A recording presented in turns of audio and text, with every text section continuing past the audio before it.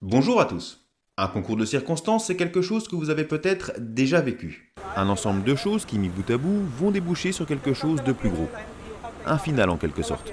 Parfois les concours de circonstances sont positifs et parfois négatifs.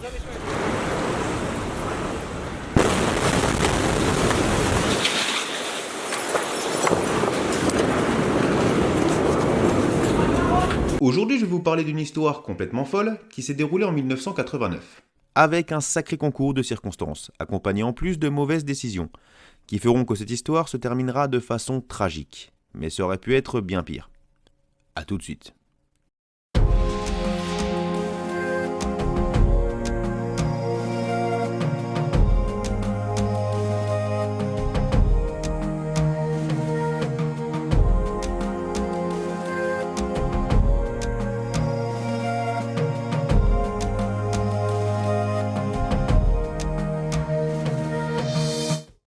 Nous sommes le matin du 4 juillet 1989, quand le colonel Nikolai Skouridine décolle de la base aérienne de Kolobrzeg.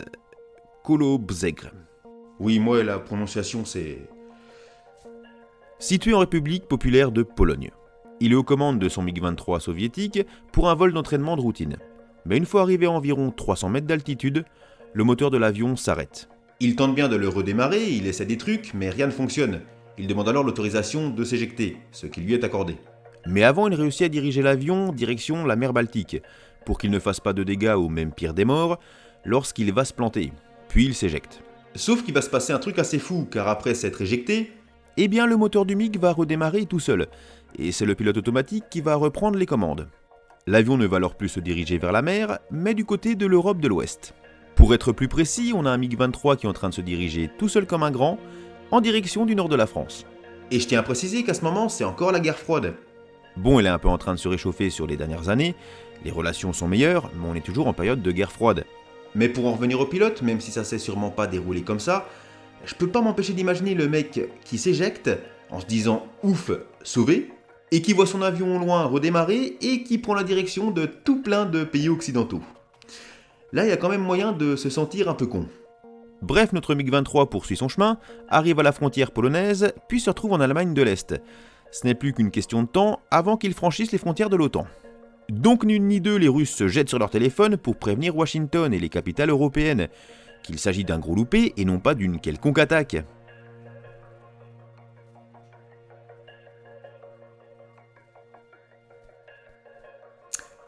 Pas du tout. Absolument pas. Non, non. Ils ont prévenu personne, ils en avaient rien à foutre. Quand j'ai lu les sources, et c'est pas une blague, j'y croyais pas non plus. Mais ils ont prévenu personne. Oh, en même temps c'est bon, hein. C'est pas non plus comme si un avion soviétique sans pilote se dirigeait vers des pays occidentaux, qui pourraient imaginer que ce dernier soit équipé d'un quelconque armement nucléaire, et que ces mêmes pays soient eux aussi équipés d'armes nucléaires. Ah, les Russes, un peuple extraordinaire. Bref, notre MiG franchit donc les frontières et se retrouve en Allemagne de l'Ouest, où il apparaît très bien sur les radars de l'OTAN. Tout de suite, deux F-15 américains de l'US Air Force décollent de leur base, située aux Pays-Bas, pour intercepter l'avion. Une fois les deux F-15 arrivés à hauteur du MiG, ils ne peuvent que se rendre à l'évidence.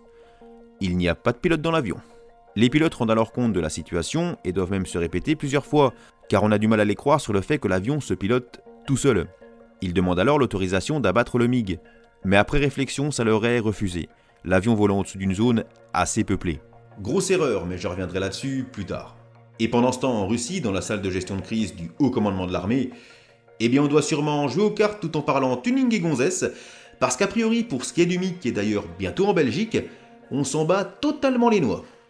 Si bien que c'est du côté de l'OTAN qu'on va prendre contact avec la Russie, pour essayer de comprendre ce que c'est que ce bordel. Mais les Russes ne vont pas être très coopératifs, car les informations vont arriver au compte-gouttes, si bien qu'on ne sait pas si l'avion est armé ou non. S'il s'agit vraiment d'une erreur malheureuse, ou si la Russie tente un truc. Bref, l'avion est désormais dans le ciel belge, et se dirige droit sur le nord de la France. Côté français, on décide d'armer deux Mirage F1C, qui ont ordre d'abattre l'avion s'il franchit la frontière française. Mais ça n'arrivera pas.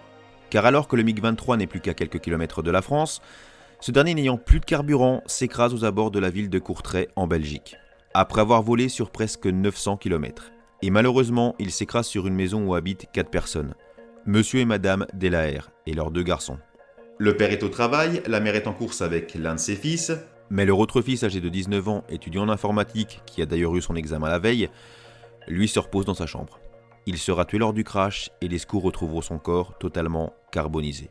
Si l'avion avait eu un peu plus de carburant, il aurait pu s'écraser, par exemple sur l'île. Ça s'est terminé de façon tragique pour un jeune homme qui avait la vie devant lui, mais ça aurait pu être bien plus dramatique si l'avion était tombé par exemple sur un centre commercial, une école, un hôpital ou une zone densément peuplée. Tout comme il aurait pu s'écraser dans un champ. Faut savoir qu'au moment du crash et au fil de la journée, on ne sait pas vraiment ce qui est arrivé. Les journalistes émettent des hypothèses, mais en Europe c'est l'incompréhension totale. Ce n'est que le soir vers 19h30 que Moscou s'expliquera enfin de façon officielle sur l'événement, en présentant ses excuses. Le lendemain, Mikhail Gorbatchev, président de l'URSS, qui était en plus à ce moment en visite diplomatique en France, réitérera ses excuses, en présentant ses condoléances à la famille de la victime. Et en rajoutant qu'il regrettait ce malheureux incident et que les autorités belges étaient au courant de ce qu'il s'était réellement passé. Mais du côté belge, ça va pas être le même son de cloche. Les autorités belges vont reprocher à la Russie de n'avoir jamais alerté sur le fait qu'un de leurs avions se dirigeait seul vers l'Europe de l'Ouest. Et qu'une fois que les radars de l'OTAN ont repéré l'avion et qu'un dialogue s'est engagé avec l'URSS, eh bien cette dernière a fait preuve d'une lenteur remarquable pour donner des informations sur ce qui se passait. Comme par exemple le fait qu'ils seront toujours restés flous dans leurs réponses pour savoir si l'avion était porteur d'armes chimiques ou nucléaires.